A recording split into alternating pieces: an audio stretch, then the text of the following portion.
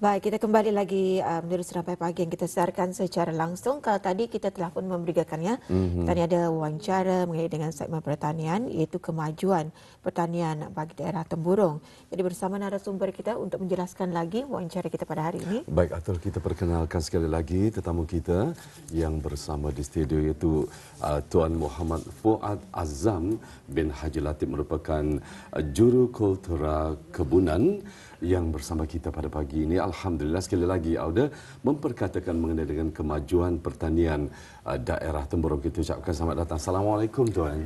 Waalaikumsalam warahmatullahi wabarakatuh. Apa khabar Tuan pagi ini? Alhamdulillah. Dan kita di Rampai Pagi mengucapkan jutaan terima kasih kepada pihak Tuan kerana berkesudian bersama kita, dan kita ni akan membicarakan ataupun memperkatakan mengenai dengan pertanian bagi daerah Temburong. Jadi sebagai mukadimahnya, tanpa melengahkan waktu, mungkin Tuan dapat menjelaskan mengenai dengan kemajuan pertanian daerah Temburong dan apa fungsi cawangan di Temburong ini. Okay, silakan. Bismillahirrahmanirrahim. Alhamdulillahirabbil alamin. Wassalatu wassalamu ala asyrafil anbiya'i wal mursalin sayyidina Muhammad wa ala alihi washabbihi ajmain. Pertama kali saya ingin mengucapkan terima kasih atas undangan daripada pihak Radio Televisyen Brunei bagi program Rampai Pagi pada hari ini. Untuk makluman bersama kita ni, unit kemajuan pertanian daerah Temburong adalah di bawah seksyen kemajuan pertanian daerah, di mana semua daerah ada satu unit kemajuan pertanian daerah. Bagi unit kemajuan pertanian daerah Temburong terletak di kawasan Puni, Puni ujung jalan daerah Temburong. Kalau kita mencari di mana Puni ataupun ujung jalan ini, kita cari sahaja pos kawalan ujung jalan. Kalau kita akan menuju ke daerah Limbang, dan seberang jalan pos kawalan itu adalah pejabat kami. Di sana ada satu monumen yang agak besar lah sikit, iaitu monumen durian. Di sana tidak akan mudah terlepas pandang lah kalau kita menuju ke ujung sana.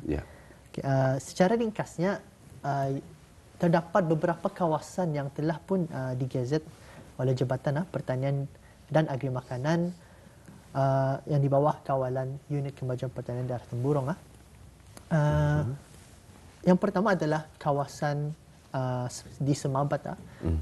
Kawasan yang digazet oleh jabatan ini dipanggil dengan kawasan kemajuan pertanian daerah, iaitu singkatnya KKP. Yang pertama adalah KKP Semabat, yang kedua adalah KKP Bekarut, dan ketiga adalah KKP Selangan. Seterusnya KKP Selapun A dan Selapun B, dan seterusnya KKP Perdayan, dan seterusnya lagi KKP Likyun. Yang ke-8 adalah KKP Senukuh A, yang ke-9 KKP Senukuh B, yang ke-10 KKP Labu Estate, dan yang ke-11 adalah KKP Puni. Di kesemua KKP ini ataupun kawasan kemajuan pertanian ini adalah bermacam-macam komoditinya, komoditi pertanian, sebagai contoh buah, padi, sayur dan pelbagai tanaman. Keluasan kesemua kawasan ini adalah mungkin dalam anggaran dalam 2000 hektar. Majoriti pengusaha di daerah Temburong adalah pengusaha yang mengusahakan tanaman-tanaman buah-buahan, sama ada buah-buahan bermusim ataupun tidak bermusim. Pada masa ini di daerah Temburong, terutama di kawasan kemajuan pertanian, gazetted Jabatan Pertanian dan Agri Makanan, majoritinya hasilnya adalah daripada tanaman pokok pisang, dan juga kelapa pandan, dan juga nenas.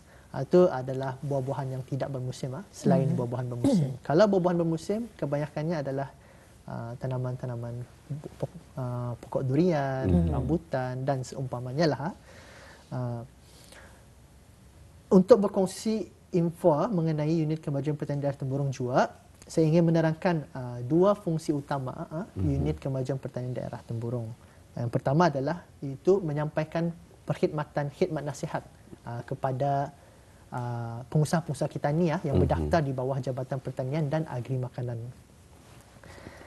Dan yang fungsi kedua adalah memastikan pengeluaran hasil komoditi pertanian ini meningkat dengan membantu permasalahan-permasalahan yang dihadapi oleh pengusaha-pengusaha tempatan kita ni. Itulah dua fungsi utama unit kemajuan pertanian daerah Temburong. Baik, alhamdulillah. Okey, dengan adanya pengeluaran sektor kasar industri pertanian dan harga makanan telah mencatatkan pertumbuhan yang positif berdasarkan statistik Jabatan Pertanian dan Harga Makanan tahun 2022. Jadi apakah antara peranan bagi sumbangan dan juga meningkatkan produktiviti bagi daerah Temburong ini? Okey, unit kemajuan pertanian daerah Temburong mempunyai beberapa peranan dalam pertumbuhan positif tersebut. Saya ingin menerangkan dalam satu contoh peranan utama unit kemajuan pertanian daerah Temburong. Ya. Seperti mana yang saya terangkan sebentar tadi, fungsi unit adalah memberi perkhidmatan khidmat nasihat ataupun advisory kepada pengusaha-pengusaha kita ni. Artinya melalui pemantauan yang kami buat dan juga pemberian khidmat nasihat dengan mengadakan taklimat secara sama ada secara teori ataupun secara amali kepada pengusaha-pengusaha kita ni dengan berjadual. Ini adalah untuk memastikan dan pada masa yang sama membantu pengusaha untuk sentiasa membuat aktiviti-aktiviti pertanian dengan cara ataupun kaedah yang terbaik dan disyorkan. Sebagai contoh, salah satu khidmat nasihat yang kami biasanya buat kepada pengusaha-pengusaha kami iaitu tata cara penyediaan lubang tanaman bagi tanaman pokok buah. Okey. Ia ada beberapa, ia ada cara yang tertentu untuk membuat lubang tanaman tersebut dan juga pengurusan tanaman seperti teknik pemangkasan pokok-pokok buah, pembiakan tanaman sama ada untuk pokok buah yang bermusim ataupun tidak bermusim. Dan juga sebagai contoh teknik pembajaan yang betul mungkin kebanyakannya ada beberapa pengusaha yang kurang maklum mengenai teknik pembajaan yang betul dari situ kami ingin memperbetulkan dan ingin mereka sentiasa maju ke hadapan. Sebagai contoh, tunjuk cara ataupun demonstrasi pembiakan tanaman khususnya bagi pokok buah-buahan sama ada bermusim dan tidak bermusim adalah seperti lakuman dan juga cantuman. Di sana kami ada datang ke ladang-ladang. Ladang-ladang biasanya kami pilih ladang-ladang yang memerlukan. Dan dari segi pemantauan kami, mungkin ladang ini memerlukan khidmat nasihat untuk pembiakan tanaman. Artinya dari sana kami akan turun, maklumkan kepada pengusaha untuk hadir bersama dan kami akan beri tunjuk cara ataupun demonstrasi. Bagi juga sebagai pokok buah-buahan yang tidak bermusim juga adalah seperti pokok pisang. Mungkin di sana mungkin kita ni belum berpemaklum bahawa pisang ini dapat dibiak. So ada beberapa cara untuk pembiakan pokok pisang ini. Sebagai contoh menggunakan bonggol pisang tersebutlah. Yeah. Ini untuk tujuannya untuk memperbanyakkan lagi anak benih pokok pisang tersebut tanpa membeli daripada pasaran luar. Okay. Selain daripada untuk tanaman-tanaman pokok buah-buahan, kami ada juga membuat satu program aktiviti bersama pengusaha-pengusaha padi yang berdaftar di bawah Jabatan Pertanian dan Agri Makanan di bawah Unit Kemajuan Pertanian Daerah Temburong. Sama ada yang sedia ada ataupun yang baru menceburi tanaman padiannya, iaitu ianya dipanggil adalah Sekolah Perladangan Pengusaha Padi ataupun dalam bahasa Inggerisnya Rice Farmers Field School. Ini kami biasanya membuat setiap tahun sekali ataupun setiap musim utama berpadi. Biasanya kami akan mengadakan dalam lingkungan bulan Oktober ataupun bulan November. Kursus ini terbuka kepada mana-mana pengusaha padi yang berdaftar di daerah Temburong ingin ikut serta program ini. InsyaAllah bagi tahun ini, tahun musim 2023-2024, program ini akan bermula pada hari Khamis ini, pulang tua, 23 November 2023. Okay. Ini bersama selected adalah pengusaha yang ingin ikut serta. Okay. Di dalam program aktiviti RFFS ataupun Sekolah Perladangan Pengusaha Padi, ada involve dari segi pengajaran secara teori, termasuklah juga praktikal di ladang. Pada tahun ini dibuat di kawasan kemajuan pertanian Likion, seperti saya sebut sebentar tadi, KKP Likion. Okay. Itu pelang peranan utama unit kami dari segi memberi perkhidmatan khidmat nasihat dan juga secara tidak langsung untuk meningkatkan lagi hasil pertanian di daerah Temburong. Ya. Dan kita rasakan kalau macam peladang tadi yang dimaksudkan adalah secara persendirian ataupun mungkin satu syarikat yang jika mereka memerlukan khidmat nasihat daripada pihak tuan. Macam mana itu? Kebiasaannya kami tidak pelang kami mengira sama ada ia ada satu persendirian ataupun pihak-pihak di tertentu bawah ya. syarikat Ya. ataupun MPK ataupun koperasi. Kami siapa-siapa pun bolehlah kami bagi khidmat nasihat. Ya. Kemudian mengenai dengan aktiviti-aktiviti yang dijalankan di unit kemajuan pertanian daerah Temburong ini macam mana? Aktiviti-aktiviti yang dijalankan biasanya seperti yang tadi saya sebut, yang sudah saya sebut adalah khidmat nasihat. Mungkin ada lagi beberapa lah aktiviti yang kami buat. Salah satunya juga adalah komoditi tanaman. Tanaman bersampel komoditi tanaman bagi analisa sisa racun kimia pertanian. Ini dari segi untuk keselamatan makanan. Dan juga pemantauan dan pengutipan data hasil ladang. Di sana kami ambil. Dan juga yang keempat adalah permohonan bantuan skim insentif pertanian dan agri makanan. Itu adalah insentif untuk pengusaha-pengusaha yang kecil-kecilan lah. Dan juga pihak unit kami pun ada juga membuat sokongan bagi syarikat-syarikat yang berkehendak untuk memohon pekerja-pekerja daripada luar negara.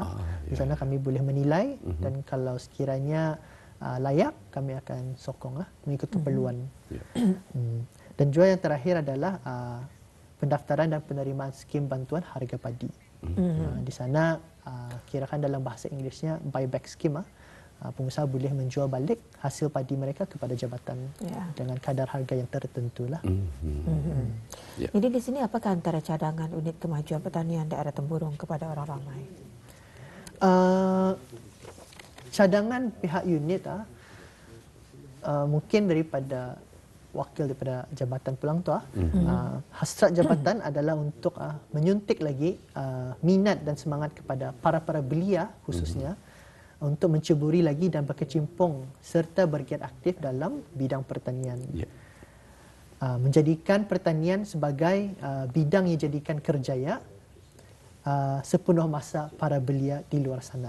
Berjaya dengan kegigihan, kesungguhan serta kefahaman dalam memahami teknik penanaman bagi setiap jenis-jenis yang jenis-jenis tanaman yang diusahakan dan sektor pertanian lainnya mengikut peredaran zaman. Artinya makin kita ni maju ke hadapan, mungkin ada lagi cara baru untuk diikuti ataupun dipelajari dan dibuat. Dan seterusnya sentiasa mengekalkan keselamatan makanan. Seperti saya sebut tadi keselamatan makanan. Bidang pertanian mempunyai potensi yang besar dan luas untuk diceburi. Justru itu para pengusaha perlu mempelajari dan memahami lagi beberapa faktor penting yang perlu dipraktikkan dan diambil kira semasa di ladang untuk memastikan penghasilan hasil tanaman yang lebih banyak dan meningkat. Itu peluang sahaja. Okey, alhamdulillah ya. Itu dia yang telah pun dikongsikan sebentar dalam wawancara kita, iaitu kemajuan pertanian bagi daerah Temburong ya.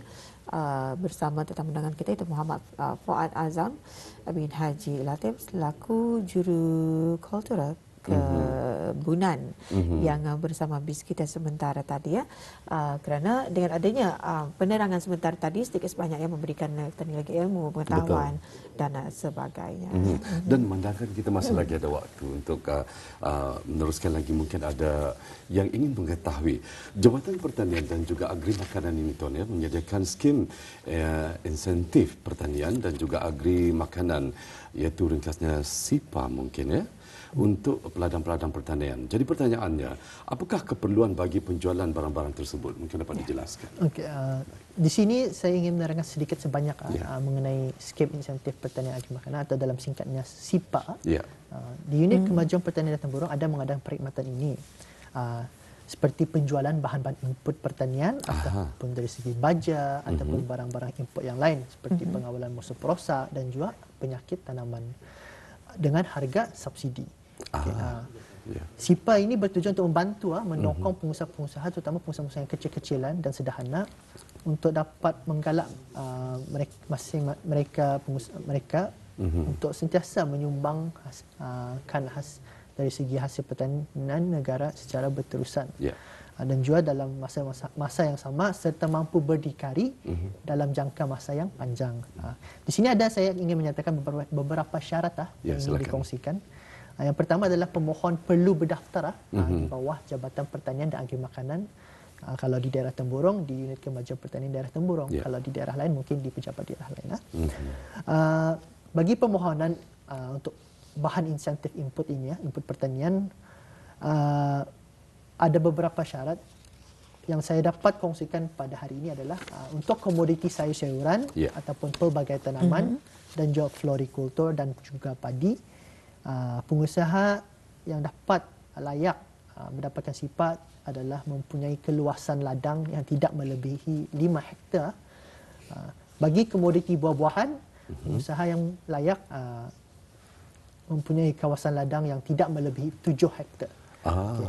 Bagi permohonan-permohonan yang melebihi daripada keluasan syarat kelayakan, maka pemohon-pemohon tidak berhak untuk mendapatkan bantuan SIPA ini kerana difokuskan kepada program SIPA ini memfokuskan kepada bantuan kepada pengusaha yang memerlukan. Info selebihnya mengenai SIPA orang bolehlah melayari di website kami ataupun website jabatan www.agriculture.government.bn. Di sana ada satu tab mengenai services. Bolehlah menekan di servis skim insentif pertanian dan juga agri makanan. Ya, alhamdulillah ya. Itu dia antara penjelasan yang telah pun diberikan sebentar tadi bagi kemajuan pertanian daerah Temburong bersama Yang Mulia Tuan Muhammad Fuad Azam. Jadi ucapan ribuan terima kasih kerana penjelasan yang diberikan. Kita jumpa lagi. Assalamualaikum Tuan. Waalaikumsalam.